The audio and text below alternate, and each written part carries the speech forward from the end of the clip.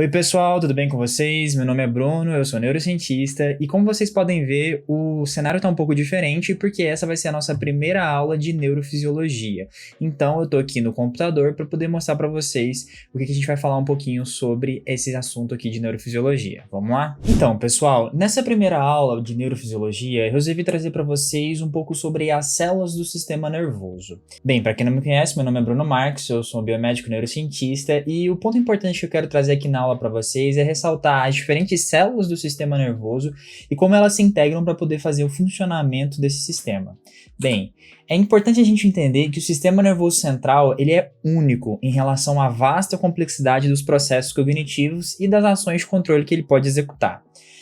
É muito interessante a gente perceber que o sistema nervoso central recebe a cada minuto literalmente milhões de dados, né, ou bits de informação, que são provenientes de diferentes órgãos e nervos sensoriais. Ou seja, a todo tempo ele está recebendo diversas funções diferentes, diversas aferências diferentes, diversas informações diferentes, as quais vão ser processadas e integradas para a gente conseguir ter uma resposta diferente para cada estímulo. Isso é importante e a fisiologia e a anatomia do sistema nervoso cerebral é diversamente complexa justamente para poder ter esse tipo de funcionamento. Bem, ele é constituído por diversas células diferentes, como os neurônios, os astrócitos, os oligodendrócitos e a micróglia. E agora a gente vai falar um pouquinho sobre cada uma dessas células e o papel dela dentro do sistema nervoso central. Bem, o sistema nervoso central contém mais de 80 bilhões de neurônios e que diferentes tipos de neurônios estão em diferentes partes do cérebro. Aqui eu estou trazendo para vocês a estrutura, né, a anatomia geral de um neurônio. A gente pode ver aqui que nós temos o corpo celular, o envoltório nuclear, onde a gente tem o que a gente chama de soma do neurônio, né, onde fica o núcleo ali, o corpo celular, que é bastante importante para os processos de integração da informação. Aqui também na imagem está ressaltada algumas organelas, como o retículo endoplasmático, o aparelho de Golgi, que eu vou falar um pouquinho aqui mais para frente. A gente vê também os dendritos, que são uma parte bastante importante do funcionamento do neurônio, justamente porque são as partes que recebem as informações das conexões com outros neurônios. Nós vemos aqui o axônio, que nesse caso em específico ainda é um axônio que está envolto pela baía de mielina, né?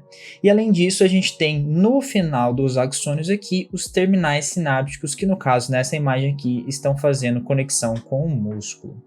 Bem, é interessante a gente entender que alguns neurônios conseguem ter de centenas até cerca de 200 mil conexões sinápticas aferentes, ou seja, ele consegue conversar entre si com cerca de 200 mil outros neurônios diferentes.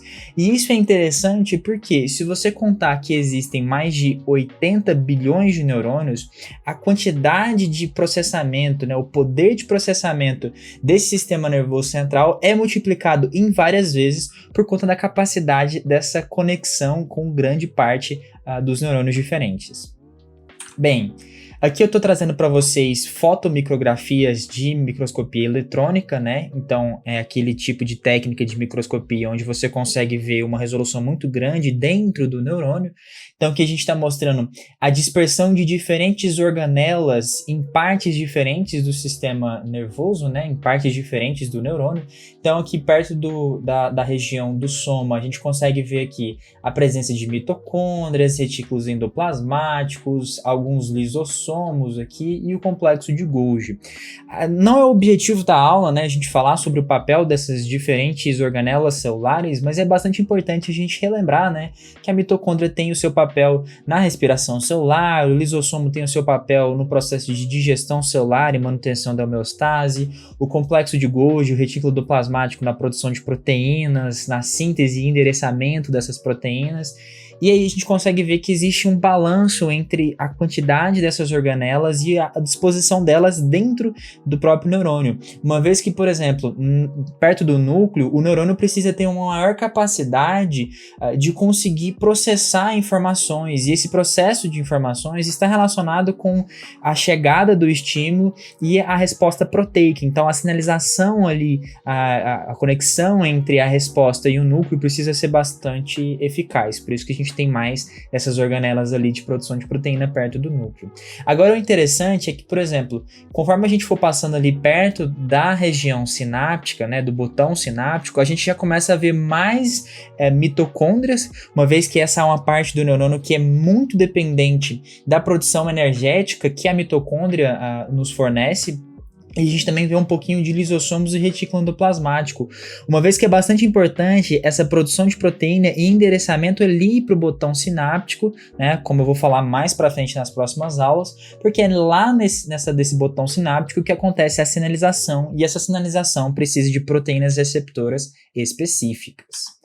Bem, falando um pouquinho mais sobre outras proteínas que estão envolvidas ali no funcionamento do neurônio, eu trouxe aqui para vocês uma outra fotomicrografia que mostram os microtúbulos. Esses microtúbulos são proteínas que se arranjam em formas de dímeros que conseguem formar o citoesqueleto dos neurônios, né, e em específico aqui o citoesqueleto do axônio. Uma vez que essas organelas diferentes, elas precisam ficar transitando de um lado para o outro no neurônio. E, por exemplo, em geral, você pode ter produção de alguns mediadores químicos feitos ali perto do núcleo que precisam literalmente andar, percorrer até chegar na extremidade do axônio, e isso acontece através desses caminhos de citoesqueleto que os microtúbulos conseguem fazer. Então é interessante que, por exemplo, acontece essa síntese e agrupamento, né, e exportação aqui perto da região do núcleo, do soma do neurônio, e aí a gente tem o transporte axonal, aí você pode ter a liberação do neurotransmissor e depois uma reciclagem da membrana, e depois você tem um transporte retrógrado para degradação e reutilização. Ou seja, é um processo homeostático que consegue fazer com que o neurônio consiga utilizar o neurotransmissor que ele está precisando naquele momento e depois reutilizar ele para algum outro fim que seja mais importante ali para a célula. Além disso, a gente tem outra célula bastante importante, que é o oligodendrócito. Vocês podem perceber que eu estou mostrando aqui uma imagem de mielinização no sistema nervoso central e de mielinização no sistema nervoso periférico. Aqui no sistema nervoso central a gente tem a célula sendo chamada de oligodendrócito, enquanto no sistema nervoso periférico é conhecido como célula de Schwann.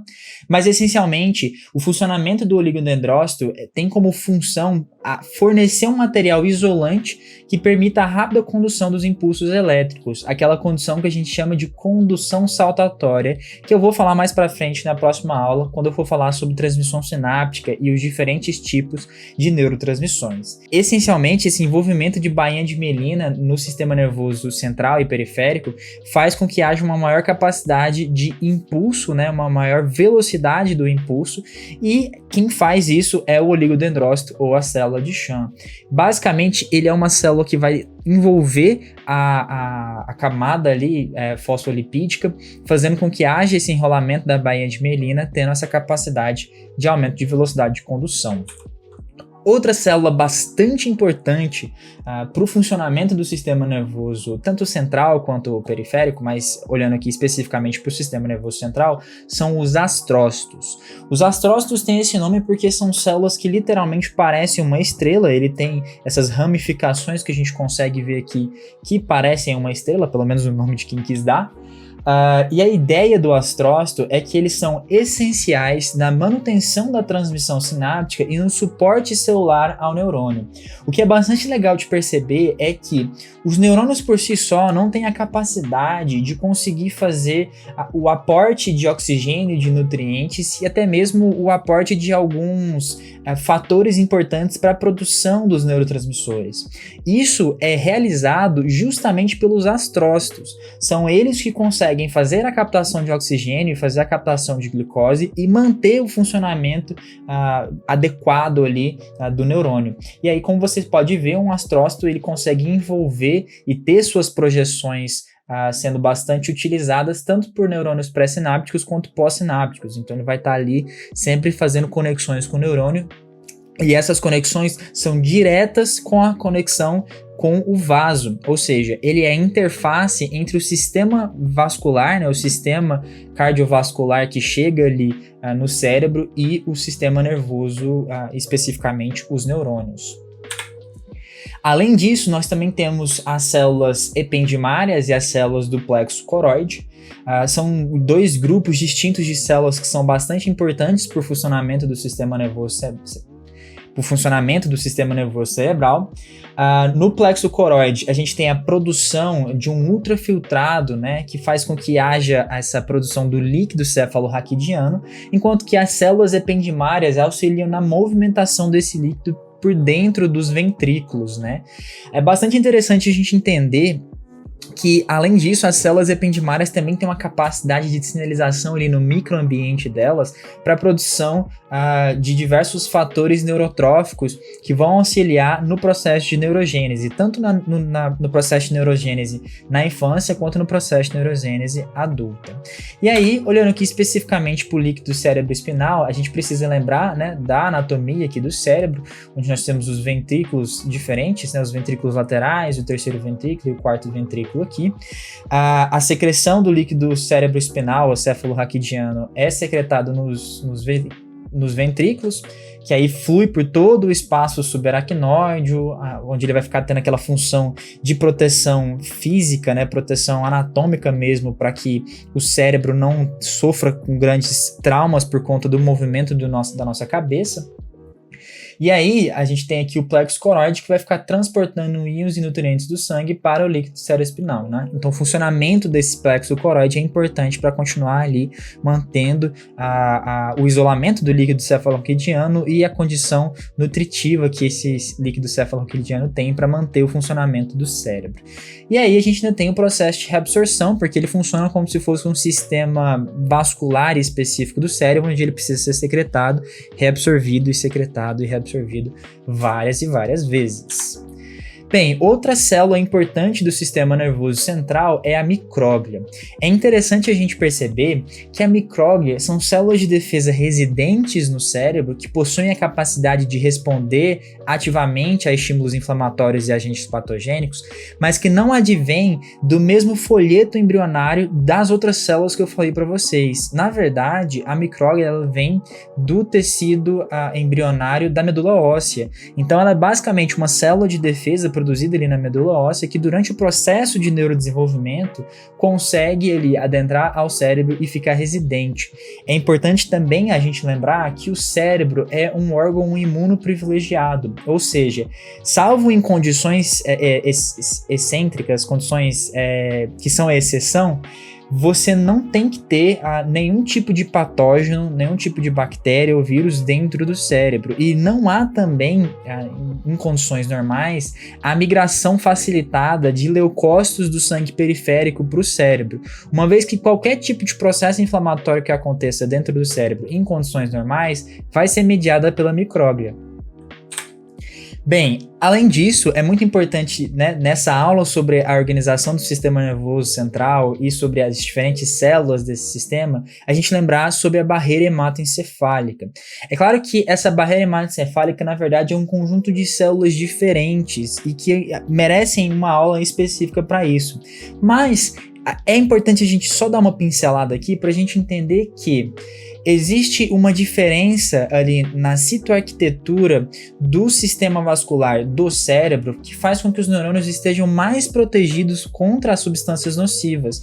Por quê? Porque os capilares neuronais, os capilares que ficam ali no cérebro, não são fenestrados, ou seja, eles não têm aqueles furinhos que tem em vários outros locais do corpo, e aí, basicamente, ele é totalmente isolado. E como eu disse para vocês, como o neurônio não consegue captar esses nutrientes, quem capta é o astrócito, essa imunoprivilegiação, esse processo de fazer o cérebro ficar imunoprivilegiado é feito em parte por conta da barreira hematoencefálica. E isso acontece porque a gente também tem obviamente, os podócitos dos astrócitos, que vão secretar substâncias paráquinas, que vão formar essas junções oclusivas, mas a gente também tem junções oclusivas do próprio endotélio, que faz com que haja uma maior barreira, uma maior capacidade ali de bloquear o fluxo sanguíneo, não o fluxo sanguíneo, mas bloquear a entrada de qualquer tipo de agente nocivo para o cérebro. Então,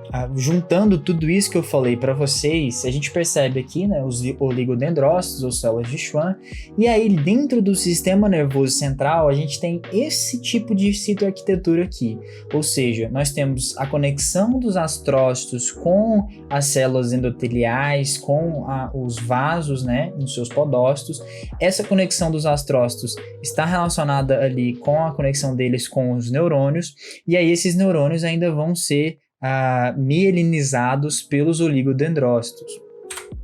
Bem, falando agora especificamente sobre os tipos de neurônios, a gente tem diversos tipos diferentes em partes diferentes do sistema nervoso central.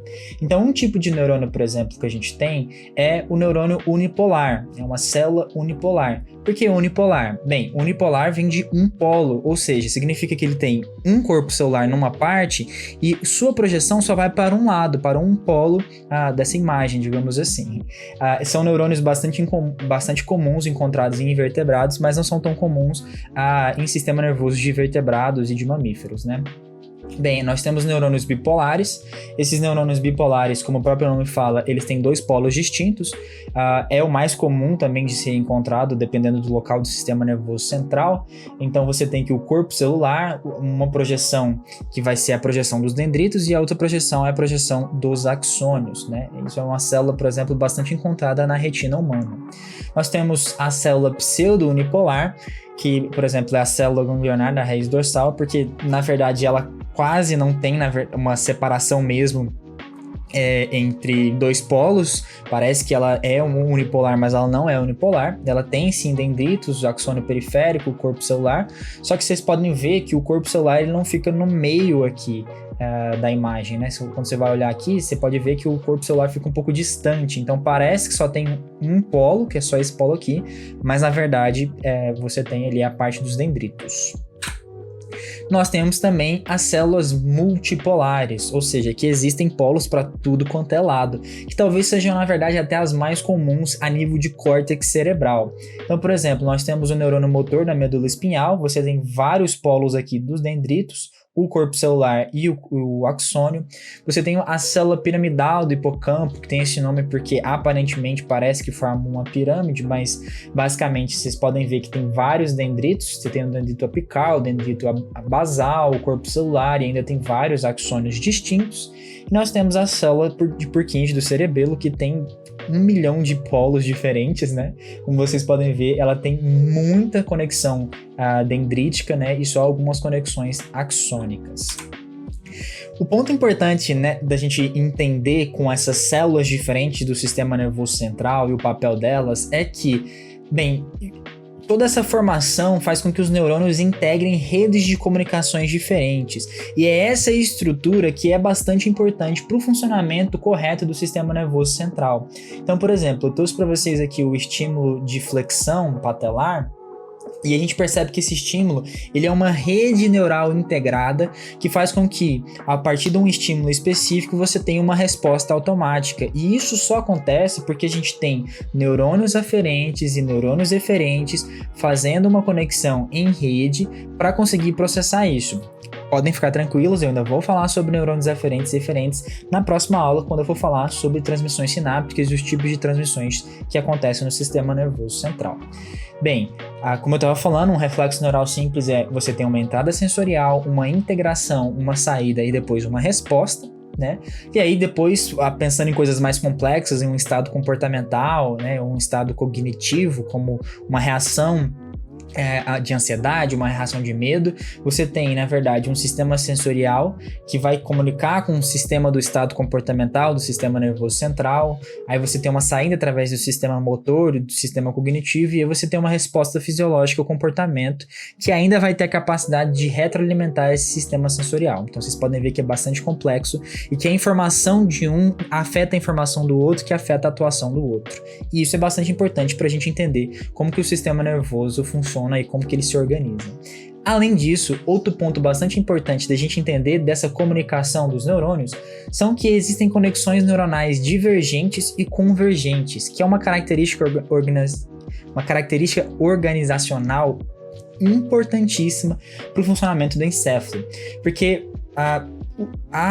o tipo de conexão neuronal de divergência, ele consegue fazer com que a informação de um estímulo sensorial, consiga ser distribuída de forma mais rápida e de forma mais viral, digamos assim, e a sinalização de convergência faz com que a efetuação daquele movimento, a efetuação daquela resposta necessite de vários neurônios comunicando entre si para conseguir fazer com que isso aconteça.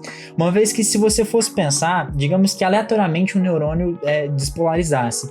Se apenas a despolarização de um neurônio fosse responsável por fazer com que o músculo do seu corpo se respondesse, se contraísse, a gente estaria tendo espasmos o tempo inteiro, né? Então, essa sinalização de convergência é importante porque, na verdade, vários neurônios precisam ativar para fazer com que haja a atividade do movimento ou atividade de resposta fisiológica. E aí, a sinalização é sempre organizada da mesma forma, né? A gente tem um modelo neuronal fixo, onde você tem a aferência. A aferência, como eu vou falar na próxima aula, tem a ver com aferir mesmo, então é você pegar uma sensação, um estímulo e conseguir captar esse estímulo. Você tem a região integrativa, que seria a região do corpo do neurônio, que é capaz, como eu falei no começo da aula, de pegar a informação e transformar ela em algum tipo de resposta, né? Aí a gente tem também a parte de sinalização, que é a parte condutiva, onde você vai ter a condução do estímulo ali pelo axônio, e depois a parte eferente, onde você tem o terminal sináptico, que vai fazer com que essa informação passe para o próximo neurônio ou que seja efetuado algum tipo de resposta fisiológica. E isso acontece em todos os tipos de neurônio diferentes. Nós temos um neurônio sensorial acontecendo isso, um neurônio motor, que no fim das contas vai promover a contração do músculo, um interneurônio local, que vai promover a mediação da inibição ou o aumento da atividade de um outro neurônio. Você tem também células neuroendócrinas, que o próprio neurônio vai liberar ali na corrente sanguínea algum tipo de hormônio, isso é bastante importante ali no hipotálamo e na hipófise, enfim. É importante a gente entender que existe essa organização ali neuronal e que essa organização segue essas etapas de que a informação precisa chegar na parte aferente, que é a parte dendrítica, e precisa depois percorrer todo esse caminho até chegar na parte eferente. Bem, pessoal, eu espero que vocês tenham gostado dessa aula. Eu tentei trazer da forma mais resumida e mais simples possível como que funciona a organização do sistema nervoso central e suas células. Se vocês gostaram do vídeo, eu peço para vocês que comentem aqui embaixo, e se vocês tiveram dúvida, também comentem aqui embaixo. As referências eu vou deixar linkadas na descrição, e caso vocês não sejam inscritos no canal e gostariam de receber mais conteúdo de neurociência de uma forma simples e descomplicada, eu peço para você que se inscreva aqui embaixo e ative as notificações clicando no sininho. Muito obrigado pela sua atenção e até mais!